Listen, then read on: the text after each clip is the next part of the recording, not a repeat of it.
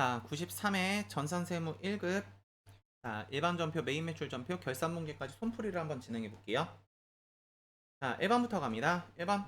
자, 다음과 같이 보험료 250만 원을 보통 예금에서 납부를 했대요. 그럼 대변에 가시는 건 보통 예금 250만 원일 텐데, 뒤에 보시면 무슨 말이 있냐면 자산으로 인식되는 부분은 정기 예금으로 회계 처리를 합니다. 그래서 우리 지금 보험료는 보통 보험료 비용으로 쓰시죠. 근데 여기 보시게 되면 뭐가 있냐면은 저축성 보험이 있어요. 저축성 보험 같은 경우는 이제 적금처럼 정기 적금처럼 다달이 이제 원금을 납부하거나 아니면 이제 돈을 이제 한 번에 맡겨놓고 예금처럼 이제 하실 수도 있고요. 맡겨놓고 그러고 나중에 만기가 되시면 이자 포함해서 이제 돌려받는 형태, 환급받는 형태로 이제 진행이 되시거든요. 그러다 보니까 저축성보험료 같은 경우는 회계 처리가 뭘로 진행이 되시냐면은 금융상품으로 진행이 돼요. 보통. 되셨죠? 그리고 그 금융상품 종류 중에 이제 하나가 뭐냐면은 정기예금도 금융상품 종류 안에 들어가실 수가 있죠. 그래서 저축성보험료가 이제 정기예금으로 처리하세요 이런 식으로 지금 적혀 있는 거고요. 그리고 나머지는 뭐 비용으로 처리하세요, 자산으로 처리하세요 이런 말이 없어요. 그러다 보니까 보험료 같은 경우는 일반적으로는 비용 처리를 많이 하시죠. 그래서 보장성 보험료는 비용으로 처리하라는 얘기고 저축성 보험료는 금융상품의 계정 종류인 정기예금으로 처리해 주세요. 이렇게 지금 지문이 나와 있으신 거예요. 그래서 차변에 가시는 게 정기예금 200만 원이시고 다음 그러고 대변에 가시는 게 보통 예금 다음에 250만 원 다음 그러고 차변에 보험료 800번대 판매부직원 거죠? 자 50만 원 1번은 이제 앞에 문제 풀다가 비슷한 문제가 아마 기출문제 중에 있으셨을 거예요. 제가 봤던 기억이 좀 있거든요. 다음 아래 갈게요. 자 2번 갑니다. 2번 자 금융리스로 이용 중인 기계장치의 상환 내역선 다음과 같으며 라고 적혀 있으시네요. 자 그럼 요거는 원분기 생각을 한번 해보게 되면은 차변에 들어가는 게 기계장치 그리고 대변에 들어가시는 게 계정 과목이 사실 뭔지 몰라요. 이제 뭐 차입금이라고 적혀 있으실 수도 있고 다음 그러고 이제 뭐 리스 부채라든 이런 계정으로 적혀 있으실 수도 있고 그게 이제 또 아니라면은 장기 금융 리스 차입금 요런 식으로 적혀 있으실 수도 있어요. TAT 1급 같은 경우는 장기 금융 리스 차입금 요런 식의 계정을 많이 쓰시거든요. 우리는 하는 건 세물급이긴 하지만 그래서 대변 자리는 이제 뭔지 모르는데 선생님 그럼 이걸 뭘로 아나요? 아래 보시면 거래처가 열재 캐피탈이죠. 여기에 대한 거래처 원장 조회를 하시면은 계정 과목이 확실해질 것 같아요. 이해되시죠?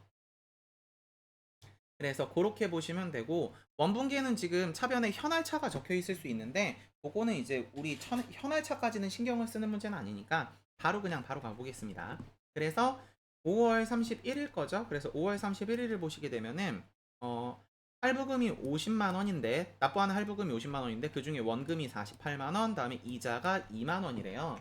그러다 보니까 이제 분계는 어떻게 되냐면은 차변에 들어가시는 계정, 부채 계정은 이제 뭔지 모르는데 거래처는 열재 캐피탈이죠. 그래서 원금이 48만 원이고요. 대변에 가시는 거 납부하신 건 보통 예금에서 매월 이체된다 그랬으니까 총 납부하신 금액은 50만 원이고 다음 그러고 이자가 있었죠. 이자 비용으로 2만 원이 납부돼서 지금 물음표에 들어가시는 부분 같은 경우는 찾으셔야 돼요. 됐죠? 바로 이제 어떤 걸 쓰실라 그러시면 안 되고 찾아보시고 쓰셔야 됩니다. 제가 실기할 땐 찾아볼게요. 자, 다음 아래 한번 가보겠습니다. 자, 문제 3번 가볼게요. 문제 3번. 회사는 민진의 제조 과정에서 사용하던 기계 장치를 전자세금 계산서에 발급하고 자 팔았네요. 되셨죠? 자, 전자세금 계산서로 팔았으면은 유형은 과세 매출이겠네요. 그죠? 자, 들어가시는 게 과세 매출. 자, 그러고 문제 전자세금 계산서죠. 자, 전자. 다음 그러고 분계 유형은 자, 외상결제라고 적혔는데 외상 쓰시면 안 되고 팔아먹은 게 재고자산, 상품 제품 원재료 이런 재고자산이 아니시니까 당연히 혼합으로 가셔야 됩니다. 다음 분계 마저 해보게 되면은 하변에 이제 감가상각 누계액부터 봐야 되겠죠. 자 280만원 다음 그러고 대변에 기계장치 500만원 다음 그러고 차변에 받은 돈을 쓰셔야 되는데 돈을 이제 외상결제로 다음 달 1개월 이내에 받기로 했대요. 요번 달 이내네요. 1개월 이내로 받기로 했대요. 그럼 미수금이겠죠. 그래 처분 금액이 부가세별도 300만원이시니까 어디서 받아야 되냐면 민진 그러고 330만원을 총 부가세 포함해서 받으셔야 될 거고요. 차변 대변 합계 비교를 하시게 되면은 대변 자리가 이제 하나 빼먹었네요. 과세 매출이면 부가세 예수금이 있으셔야 되겠네요. 자 부가세 예수금 매출세액이 있으셔야 되니까 그래서 금액 30만원 부가세 예수금 매출세액이 필요하고 여기서 이제 들어가야 되네요. 자, 대변 자리 들어가시는 게 나머지 이제 모자라는 만큼 유형자산 처분 이익이 되시겠죠. 그래서 유형자산 처분 이익은 610만 차변이 610만원, 대변에 530만원이시니까 80만원이 되시겠네요. 그쵸? 암산에 약하니까 한번 눌러보겠습니다. 잠깐만요. 자, 280만원에 330만원, 500만원에 30만원 빼시면 맞네요. 자, 그래서 제가 요거 간단히 이건 이제 기본 분계죠. 전산세무 1급 하시면서는 요 정도 분계 이제 기본 분계예요. 요런 분계는 이제 회계 2급 때 배우죠. 회계 2급 때 이제 나오시면 되게 어려운 문제고 회계 2급 때는 부가세 예수금이 안 들어간 상태에서 분계를 하시는데 회계 1급이나 세무 2급 때도 문제가 나오실 수 있는 문제니까 꼭 맞아주셔야 돼요. 이건 세무 1급 문제치고는 좀 쉬운 문제예요. 혹시 분계 못 하시는 분? 유형자산을 처분하시게 되면은 처분 분계는 1번 분계하시는 법이요. 판매 시 대변에 취득원가가 들어가고요. 그래서 우리 지금 옆에 지문 보면요. 요 기계장치가 1번이요. 분계하시는 방법. 그래서 판매 시 대변에 취득원가. 다음 그러고 2번. 다음에 차변에 감가상각 누계액을 써주고요. 그래서 요 감가상각 누계액이 요거 감가상각 누계액이 2번이시고요. 다음 그러고 3번 차변에 받은 돈을 써야 되는데 혹은 받아야 되는 돈. 근데 여기서 이제 주의사항이 뭐냐면은 메인 매출 전표 부가세 관련된 거래시면요. 부가세 포함해서 받은 돈을 적어 주셔야 되고 그러고 대변에 매출세 부가세 예수금을 입력하셔야 됩니다. 되셨죠? 그래서 지금 들어가시는 게 사변에 받은 돈 같은 경우는 330만원이 부가세 포함돼서 받아야 되는 돈이고요. 300만원이 부가세 별도니까 이게 3번 얘기. 다음에 대변에 부가세 예수금에 적어야 된다 그랬죠? 매출세액 요것도 3번 얘기. 다음 그러고 이제 마무리 4번 자리 분계하시는 법은 마지막 차변 대변 합계 비교를 하시면 돼요. 그래서 차변의 합계가 지금 얼마냐면 610만원, 대변의 합계가 530만원이니까 빼시게 되면 대변 자리 모자라시죠? 그래서 그 모자란 만큼 유형자산 처분이익이 됩니다. 괜찮으시죠? 자, 다음 아래 내려가 볼게요. 자, 문제 4번. 당사는 공장 신축을 위해서 토지 형질 변경비가 들었어요. 근데 이제 토지와 관련된 자본적 지출 같은 경우는 세금 계산서 수취하시면요 불공이시죠. 근데 여기서 포인트는 뭐냐면은 각각이에요. 각각. 보기까지 되셨어요? 자, 그럼 이 중에 둘 중에 어떤 게 불공인지 생각을 해야 되는데 일단 둘 다 불공은 아닌 것 같아요. 왜냐면은 토지 또는 건물의 계정 과목으로 회계 처리하라는 거 보니까 하나는 토지고 하나는 불공이겠죠? 그러면은 첫 번째 줄에 보면은 토지의 형질 변경비가 나오시죠. 땅 같은 경우는 이제 건물을 짓거나 원래 이제 건물 짓는 용도의 땅이 아니었는데 건물을 짓려면은 땅에 대한 용도 변경을 하셔야 돼요. 되셨죠? 그래서 이 용도 변경이 자산의 자본적 지출이시거든요. 자본적 지출의 종류예요. 그러다 보니까 얘가 지금 토지의 용도 변경이기 때문에 이게 지금 토지에 해당을 하시는 거고요.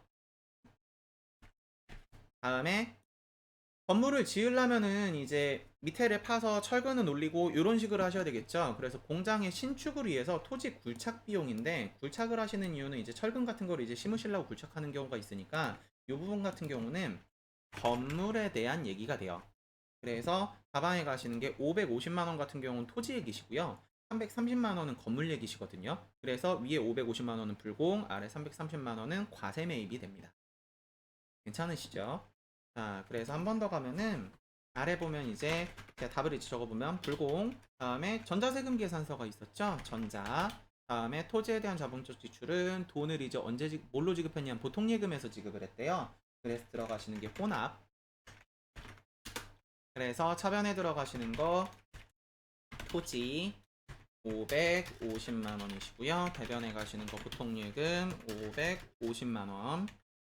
다음 그러고 그 다음에 건물 부분 같은 경우는요, 과세 매입에 해당하실 수 있겠죠. 불공제 사유는 이제 크게 11가지 정도가 있으신데 그 중에서 이제 시험 문제로 잘 나오시는 건 4가지가 있죠. 사업과 관련 없는 지출, 다음에 접대비 품목, 다음에 비영업용 소형 승용차 1000cc과 8인승 이하 자동차. 다음 그러고 그거 말고 토지의 자본적 지출이 있어요. 그거 말고도 뭐 공통매입세액의 안분계산이라든가 등등등등 여러 가지가 있기는 해요. 근데 일단 건물에 대한 부분 같은 경우 지금 해당이 안 되기 때문에 과세 매입이고요. 전자, 다음에 혼합.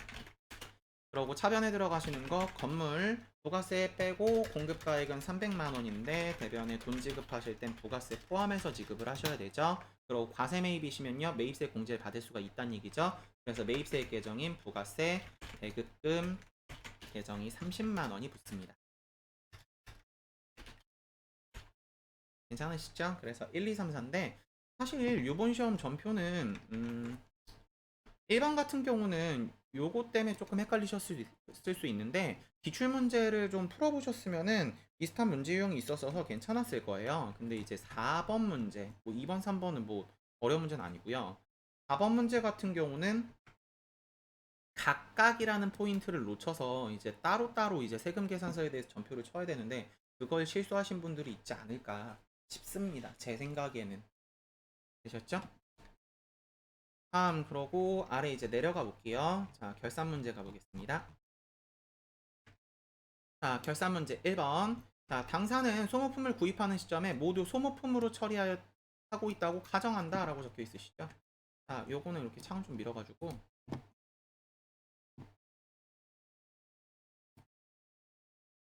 여기다가 이제 좀 처리를 해보면은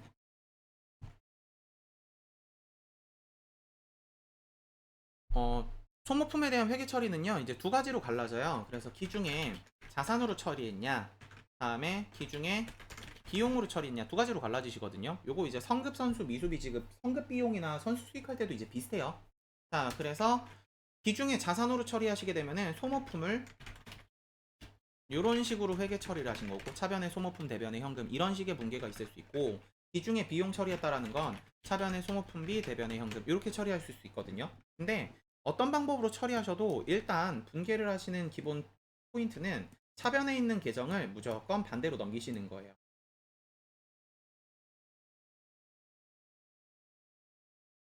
되셨죠? 제가 이게 이론 진도라면 문제풀이가 아니라 진도라면은 이걸 왜 넘겨야 되고 자산이 현재 이제 어떤 상태였으니까 혹은 비용이 어떤 상태였으니까 손익계산서가 어떻게 돼서 이렇게 설명을 드릴 텐데 문제는 문제풀이를 할 때는 가장 빨리 풀 수 있는 방법을 아셔야 되거든요. 그래서 잡혀있는 소모품 혹은 잡혀있는 소모품비를 무조건 반대로 넘기시고요. 만약에 이렇게 반대로 넘어갔다 그럼 소모품이 대변에 오겠죠? 그러면 차변에 들어가시는 건 소모품 B가 되실 거예요. 반대로 이쪽 소모품비가 반대로 넘어가시면요, 차변 자리가 소모품이 될 겁니다. 소모품. 그래서 이 중에 자산 처리하신 거는 결산 때 비용으로 바꿔준다고요. 이 중에 비용으로 처리한 건 결산 때 자산으로 바꿔주셔야 돼요. 그래서 아래 분계를 좀 마저 적어보면은 차변에 들어가는 게 소모품 B, 대변에 소모품 이런 식으로 되고요. 오른쪽 거 같은 경우는 차변에 소모품, 대변에 소모품 B가 됩니다. 그리고 이제 마저 계속 필기를 해보면은 왼쪽 오른쪽 있는데 왼쪽처럼 이제 분계가 되시면은요, 다시 소모품으로 적었다 소모품 B가 되시게 되면은 올해 사용한 부분을 적으셔야 되고요. 그리고 오른쪽에 소모품 B였다 소모품이 되시게 되면은 올해 사용하고 남은 것을 쓰셔야 돼요. 되셨죠? 올해 사용한 것, 다음에 올해 남은 거 이렇게 쓰셔야 되거든요. 그러니까 지금 같은 경우는 소모품 계중으로 처리하고 있다고 라고 적혀 있으니까 왼쪽 거죠. 그래서 올해 사용한 부분을 회계 처리를 할 거예요. 되셨죠? 자, 마저 계속 가볼게요. 자, 분계를 마저 계속 가보면 그래서 차변에 들어가시는 게 소모품 B, 그리고 대변에 소모품인데 지금 있는 게 창을 이제 좀 키울게요.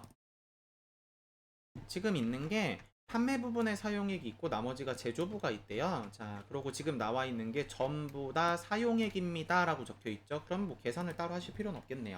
그럼 여기에 들어가시는 게 800번대 판매부니까 180만 원이 될 거고, 대변에 들어가시는 거는 전체 사용액이 245만 원이라고 적혀 있으니까 아래 들어가시는 소모품비 500번대는 차대를 맞추시면 되겠죠. 그래서 금액 들어가시는 게 245만원 마이너스 180만원 하시게 되면 65만원이시네요. 차변에 들어가시는 거 65만원.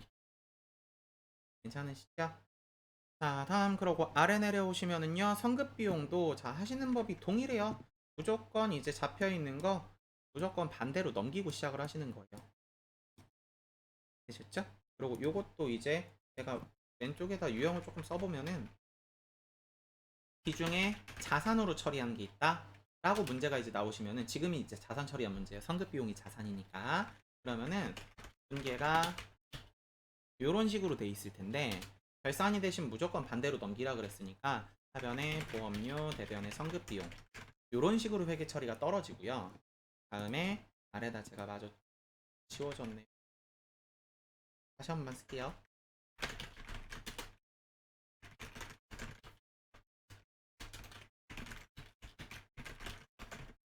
자, 아래다 제가 마저 계속 적어보면은 이 중에 비용 처리한 게 있으실 수 있어요. 그래 차변에 보험료, 대변에 XX 이렇게 돼 있을 수 있거든요. 그러면 결산이 되시면 무조건 보험료 반대로 넘기는 거니까 차변에 성급 비용, 대변에 보험료가 돼요. 그럼 이제 아까 했던 것처럼 비슷하게 위에 것처럼 결산 때 이렇게 분계가 떨어지시게 되면은 금액을 언제 걸 쓰시냐면은 올해 거를 써주셔야 돼요.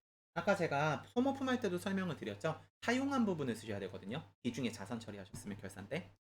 그래서 올해 걸 적어주셔야 되고요. 다음으로 아래 거 같은 경우는 내년 거를 써주시면 돼요. 내년 거 사용하지 않은 거. 되셨죠? 그래서 지금 같은 경우는 올해 거를 쓸 거고요. 분계는 이런 식으로 떨어질 거예요. 자, 그래서 분계 들어가시게 되면요. 자, 차변에 보험료가 될 거고 대변에 선급 비용이 될 건데 이게 어디 거냐면 공장 거네요. 그럼 이제 보험료가 500번대 코드가 될 거고요. 계산을 이제 마저 한번 해보면은 전체 240만 원인데 올해 거라 그랬죠? 그럼 올해는 7월서부터 12월까지 6개월에 해당이 되시겠죠? 여기 보시면은 7월부터 12월까지 2020년도 기준이니까 자, 6 나누기 그리고 전체 개월 수가 20년도부터 22년까지예요. 꼭 12만 가는 게 아닙니다. 지금 나와 있는 게 2년이니까 24개월이죠. 전체 개월 수가 24개월. 하셔가지고 안분 계산 24분의 6 올라가시면은 전체 6개월분 계산이 나오시겠죠. 그래서 240만원 곱하기 6 나누기 24. 그래서 금액은 60만원입니다. 제가 요번에 이제 제가 수업한 고등학생들도 세무 1급 시험 본 아가들이 있는데 그 친구들 같은 경우도 이제 시험장에 가셔서 요거 실수하신 친구들이 있더라고요. 12개월로 하셔가지고 계산하신 친구들이 있었어요. 자, 다음 아래 한번 가볼게요. 3번 갑니다.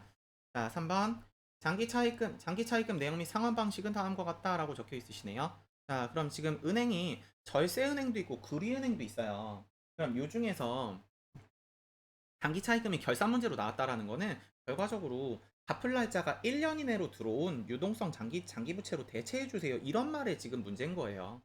되셨죠? 그래서 나와 있는 게 갚을 날짜가 1년 이내인 거는 요거 하나밖에 없죠. 아래 건 2022년이면 2022년이니까 2020년 기준으로는 앞으로 1년이 넘어가니까. 그럼 이거는 장기 차입금에서 손댈 필요가 없는 거고. 얘 같은 경우는 갚을 날짜가 1년 이내니까 장기 차입금이면 비유동 부채죠. 유동 부채로 바꿔주셔야 돼요. 조만간 갚아야 된다고 표시해줘야 됩니다. 되셨죠? 그래서 답안에 가시는 게 답변의 장기 차입금 절세은행 금액 5천만 원. 대변에 가시는 게 유동성 장기 부채 다음에 절세 금액 5천만 원이 돼요. 이런 문제는 기본 베이스 문제입니다. 틀리시면 안 돼요. 실수하시면 안 되고. 다음 아래 가볼게요. 자, 다음 당사는 기말현재 장기 투자 목적으로 보유하고 있는 매도 가능 증권이 있대요. 다음 관련 자료는 다음과 같고 2020년 결산 시 기말 평가에 대한 회계 처리를 합니다. 매도 가능 증권 같은 경우는 결산 때 발생하는 뭐 평가이익, 평가 손실 부분이 기타 포괄 손익이시죠. 그러다 보니까 처분할 때까지 자본이기 때문에 매년 2월이 돼요. 되셨죠? 그러다 보니까 다음 연도에 평가 손실이나 평가 이익이 있는데 그거에 대해서 반대되는 계정이 뜨시게 되면은 역분계로 넘겨주셔야 돼요. 되셨죠? 그래서 저번 연도에 평가 손실이 발생했다. 근데 올해 평가 이익이 났어요. 그럼 전년도에 잡혀있던 평가 손실을 먼저 까고 나머지 추가로 돈이 더 남으면 평가 이익을 쓰시는 거예요. 처분하실 때도 마찬가지죠. 매도 가능 증권 처분하실 때는 꼭 매도 가능 증권 평가 손익이 있는지 먼저 찾아보시고 있다면은 그거에 대한 역분계로 반대로 넘겨주신 상태에서 처분 손익을 잡아주셔야 됩니다. 되셨죠? 뭐 이건 장부 찾으면 바로 나올 것 같긴 한데 저는 일단 손풀이를 하는 거니까 손풀이를 한번 해보게 되면은 구입시 차변의 매도 가능 증권이 단기 투자 목적이니까 뒷번호예요. 178번입니다. 되셨죠? 아마 열어보시면 121번하고 178번 두 개 있을 것 같은데 178번으로 넣으셔야 돼요. 장기니까 비유동으로 넣으셔야 되기 때문에 앞번호 코드는 유동, 뒷번호 코드는 비유동이에요. 자, 그래서 이 자리 들어가시는 게 3000주 곱하기 15,000원을 하셔서 곱하기가 빠졌네요. 15,000원을 하셔서 차변에 들어가시는 매도 가능 증권이 얼마였을 거냐면은 4,500만원 맞겠죠? 제가 재판을 쓰고 있어가지고 계산기 쓸 수가 없네요. 죄송해요. 저 쌀집 계산기 좀 누를게요. 4,500만원 맞네요. 자, 그럼 대변에 가시는 거는 뭘로 구입했는지는 의미가 없죠. 네, XX 칠게요. 자, 그러고 작년 19년도 평가를 갑니다. 자, 19년 결산 때 그러면은 지금 보게 되면은 한 주당 15,000원짜리가 한 주당 14,000원이 됐어요. 그럼 1,000원이 떨어졌죠. 그럼 매도 가능 증권의 가치가 떨어졌으니까 자산의 감소일 거예요. 이해되세요? 그래서 대변 자리 가시는 게 매도 가능 증권이 되실 거고요. 그래서 이 자리가 매도 가능 증권 금액은 얼마가 됐냐면은 15,000원짜리가 14,000원이 됐죠. 그래서 한 주당 1,000원이 떨어졌고요. 그게 3,000주가 있죠. 그래서 대변에 가시는 게 300만 원이실 거예요. 작년 분기가. 그러고 하변에는 그만큼 평가 손실이 잡혀 있겠죠. 되셨죠? 그럼 이제 올해죠. 자, 그래서 올해 이제 14,000원짜리가 이전 건 이제 부질이 없어진 거예요. 됐죠? 자, 14,000원짜리가 다음에 이제 16,000원이 됐으면 2,000원이 늘었죠. 되셨어요? 그럼 이제 20년도 결산을 하실 때는 2,000원이 늘었으니까 하변에 들어가시는 게 자산의 증가라서 매도 가능 증권 늘어나신 거는 16,000원에서 마이너스 14,000원을 빼셔서 2,000원이 늘었는데 그게 3,000주가 있습니다가 되셔서 차변에 들어가시는 거는 2,300 곱하시면 600만 원이실 거예요. 되셨죠? 그러고 제가 아까 설명드리면서 뭐라 그랬었냐면은 평가 손실 잡혀 있는 거 반대로 역으로 넘겨주셔야 된다 그랬죠? 그래 대변 자리 가시는 게 평가 손실, 매도 가능 증권 평가 손실 300만 원이 되고요. 그러고 그래도 금액이 남죠? 그럼 그 남는 부분이 평가 이익이 되시는 거예요. 그래서 매도 가능 증권 평가 이익 300만 원. 이해되시죠? 자, 분계 마무리 짓게요. 자, 차변에 가시는 거 매도 가능 증권 뒷번호 178번 600만원 대변에 저 178번이라고 굳이 외우지 마시고 저는 이제 프로그램을 자주 쳤으니까 혹은 치고 있으니까 외우는 건데 굳이 외우지 마시고 그냥 D라고 써놓으셔도 괜찮아요. 됐죠? 만기보유증권은 181번인가? 그런데 그런 게 있구나 보시고 뒷번호 쳐야 되는구나. 여담이지만 시험 문제로 나오실 때는 한 10번 중에 9.9번 이상은 거의 뒷번호가 나와요. 됐죠? 그래서 대변에 매도 가능 증권 평가 손실 300만원 다음 그러고 대변에 매도 가능 증권 평가 이익 300만원이 됩니다. 되셨죠? 자, 그래서 전표에 대한 손풀이는 여기까지입니다. 자, 부가세 손풀이 시간에 뵙겠습니다.